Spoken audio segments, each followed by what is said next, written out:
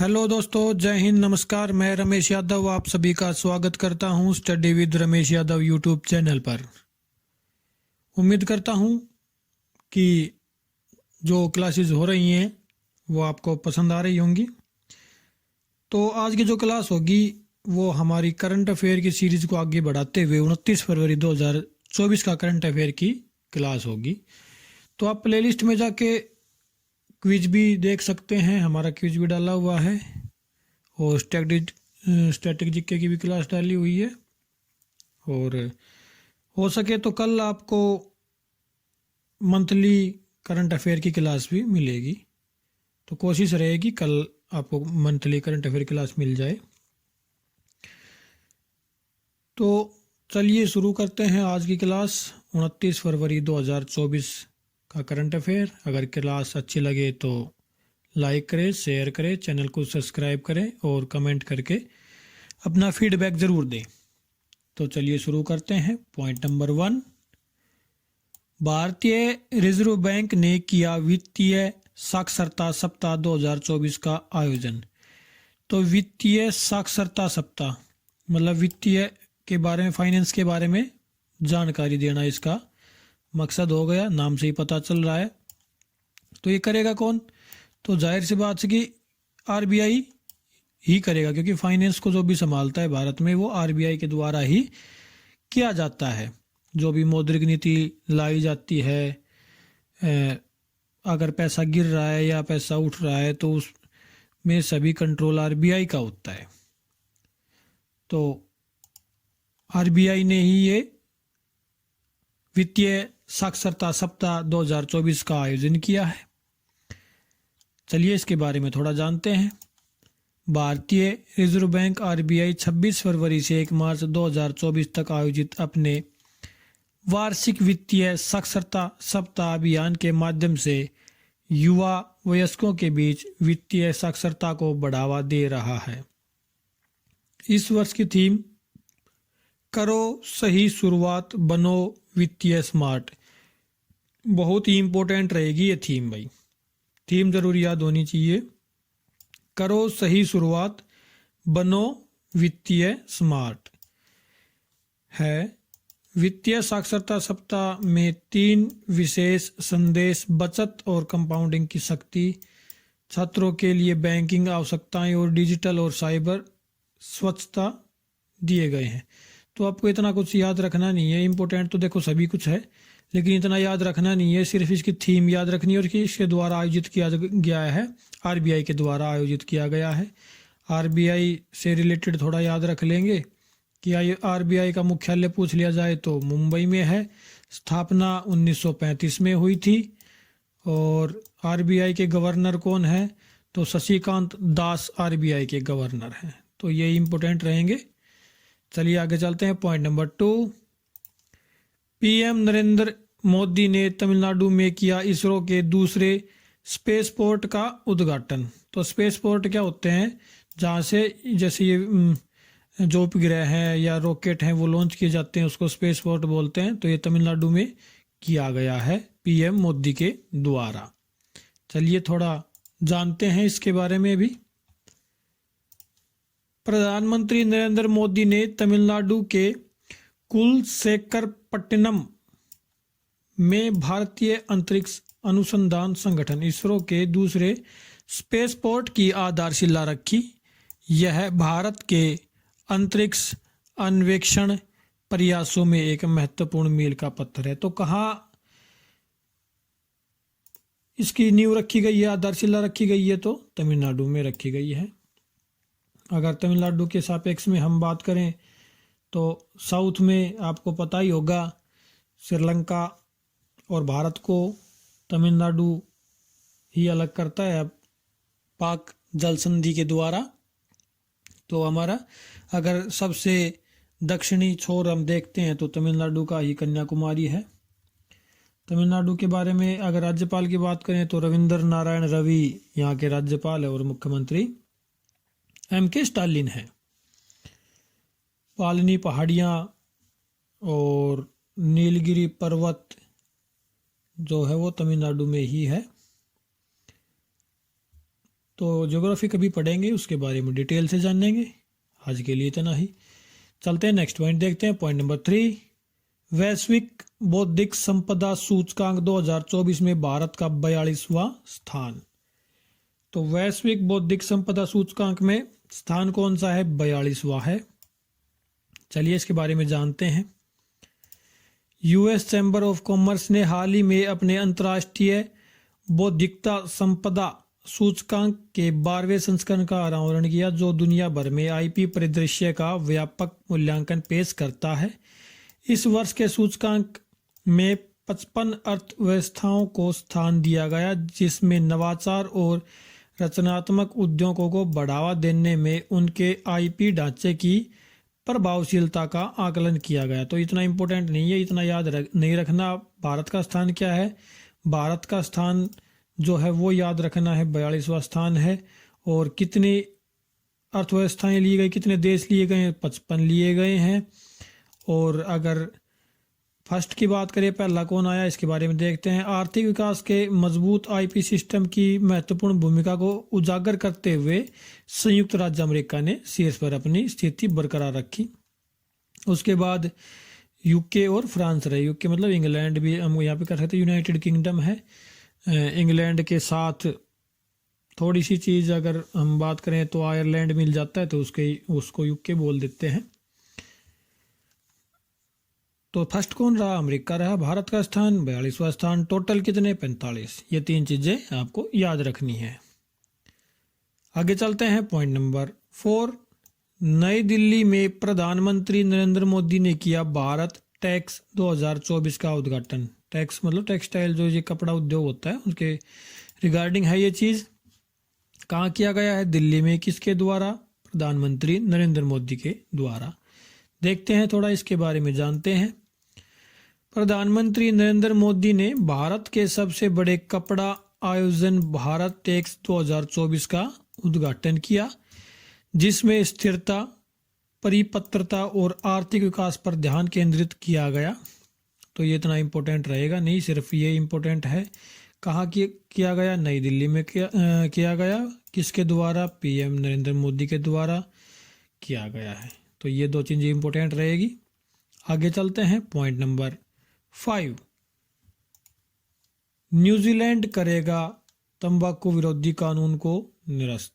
तो न्यूजीलैंड ने कानून बनाया था, तंबाकू को बैन कर दिया गया था न्यूजीलैंड में, तो उसको अब निरस्त करने की तैयारी चल रही है, क्योंकि तंबाकू और शराब अर्थव्यवस्था में एक पिलर का काम करती है।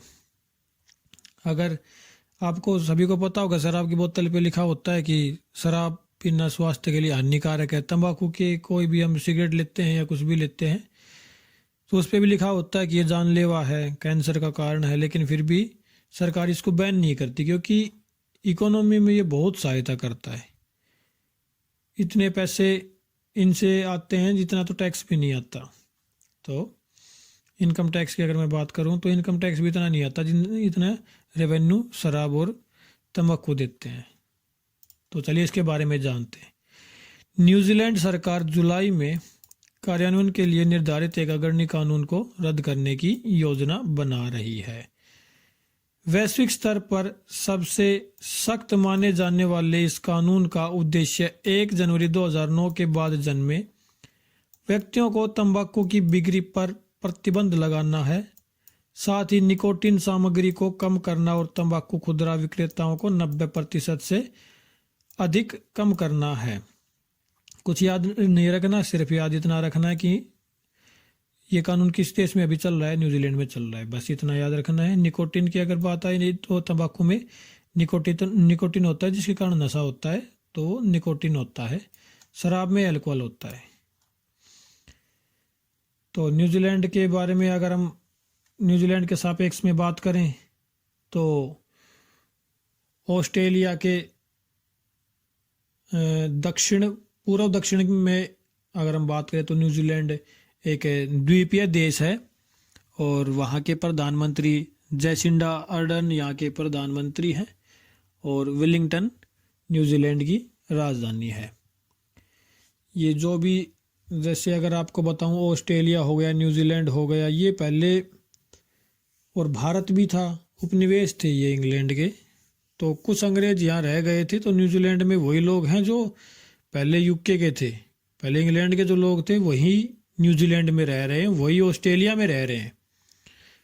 देखो, जहाँ पे क्रिकेट जितना ज़्यादा चल रहा है, तो आप ये याद रखना कि कहीं ना कहीं वो इंग्लैंड का उपनिवेश रहा है। इंग्लैंड का उपनिवेश वैसे तो हम बात करें तो अमेरिका भी रहा है, अफ्रीका भी रहा है, लेकिन जहाँ क्रिकेट ज़्यादा है तो ये समझ लेना कि वो तो उपनिवेश रहा ही रहा है। ये एक तरीका है याद करने का। तो चलिए आगे चलते हैं। पॉइंट नंबर 6, राष्ट्रीय विज्ञान दिवस 2024। तो आपको पता ही होगा कि हर साल 28 फरवरी को मनाया जाता है। देखते हैं इसके बारे में। देश भर में 28 फरवरी के दिन को राष्ट्रीय विज्ञान दिवस के रूप में मनाया जाता है।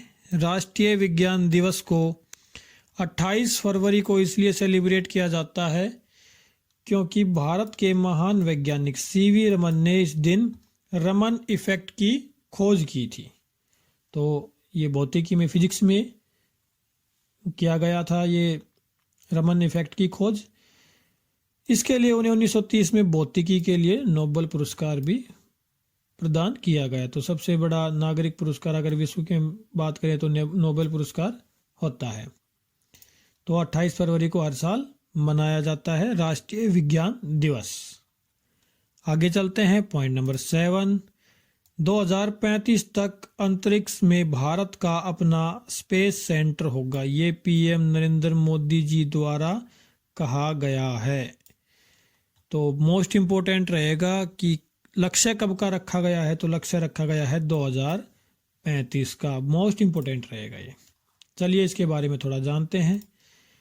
प्रधानमंत्री नरेंद्र मोदी ने तिरुवनंतपुरम में विक्रम साराभाई अंतरिक्ष केंद्र में अपने संबोधन के दौरान 2035 तक अपना स्वयं का अंतरिक्ष स्टेशन स्थापित करने की भारत की योजना की घोषणा की है। बहुत ही इम्पोर्टेंट क्वेश्चन है, किसी न किसी एग्जाम में जरूर मिलेगा आपको ये क्वेश्चन, गारंटी लेता हूँ इस चीज़ की।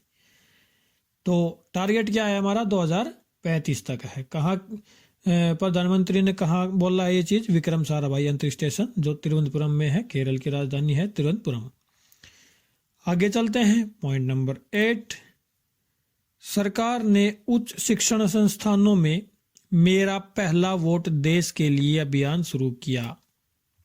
तो इसके बारे में थोड़ा जानते हैं, फिर मैं इसको डिटेल से बताता हूँ। प्रधानमंत्री नरेंद्र मोदी ने युवाओं और पहली बार मतदाता बनने वालों से, तो आपको पता ही होगा पहली बार मतदाता जो बन रहा है वो भी युवा ही होगा, भारी संख्या में मतदान करने का आह्वान किया है। केंद्रीय शिक्षा मंत्री धर्मेंद्र प्रधान ने बताया कि सभी उच्च शिक्षण संस्थानों से अपने अपने परिसरों में युवा शक्ति की भागीदारी बढ़ाने के लिए मतदाता जागरूकता अभियान चलाने को कहा गया है। तो देखो, बहुत ज़रूरी है भाई मतदान करना, क्योंकि हमारे वोट ही हमारा भविष्य डिसाइड करती है। ऐसा नहीं सोचना चाहिए कि भाई मेरी तो एक वोट है, एक वोट से क्या होगा। तो एक एक से ही होता है, बूंद बूंद से ही घड़ा भरता है, बूंद बूंद से ही सागर बने हैं, बूंद बूंद से ही महासागर बने हैं। तो मतदान जरूर करना चाहिए। तो उसी को आगे बढ़ाने के लिए सरकार ने ये अभियान चलाया है, मेरा पहला वोट देश के लिए। समझ गए होंगे। चलिए आगे चलते हैं। पॉइंट नंबर 9, न्यायमूर्ति AM खानविलकर को लोकपाल के अध्यक्ष के रूप में नियुक्ति। देखो, लोकपाल काम क्या करता है, भ्रष्टाचार को रोकने का काम होता है। लोकपाल का काम क्या है, भ्रष्टाचार को रोकना। उसके अध्यक्ष कौन बने हैं, न्यायमूर्ति AN खानविलकर। देखते हैं इसके बारे में थोड़ा सा जानते हैं। सुप्रीम कोर्ट के पूर्व न्यायाधीश न्यायमूर्ति अजय माणिकराव खानविलकर को भारत के भ्रष्टाचार विरोधी लोकपाल के अध्यक्ष के रूप में नियुक्त किया गया है। मोस्ट इंपोर्टेंट क्वेश्चन रहेगा, ये भी आप जरूर याद रखें। आगे चलते हैं। पॉइंट नंबर 10, नाटो ने किया स्टीडफास्ट डिफेंडर 2024 सैन्य अभ्यास का शुभारंभ। तो नाटो के द्वारा किया गया है स्टीडफास्ट डिफेंडर सैन्य अभ्यास। चलिए जानते हैं इसके बारे में थोड़ा। उत्तरी अटलांटिक संधि संगठन नाटो ने जनवरी 2024 के अंत में यूरोप में दशकों से अपना सबसे बड़ा सैन्य अभ्यास स्टीडफास्ट डिफेंडर 2024 शुरू किया। चल रहे रूस यूक्रेन संघर्ष की पृष्ठभूमि में चलाया गया यह बड़े पैमाने का ऑपरेशन नाटो की सामूहिक सैन्य शक्ति और इसके सदस्य देशों की सुरक्षा के प्रति अटूट प्रतिबद्धता के एक शक्तिशाली प्रतीक के रूप में।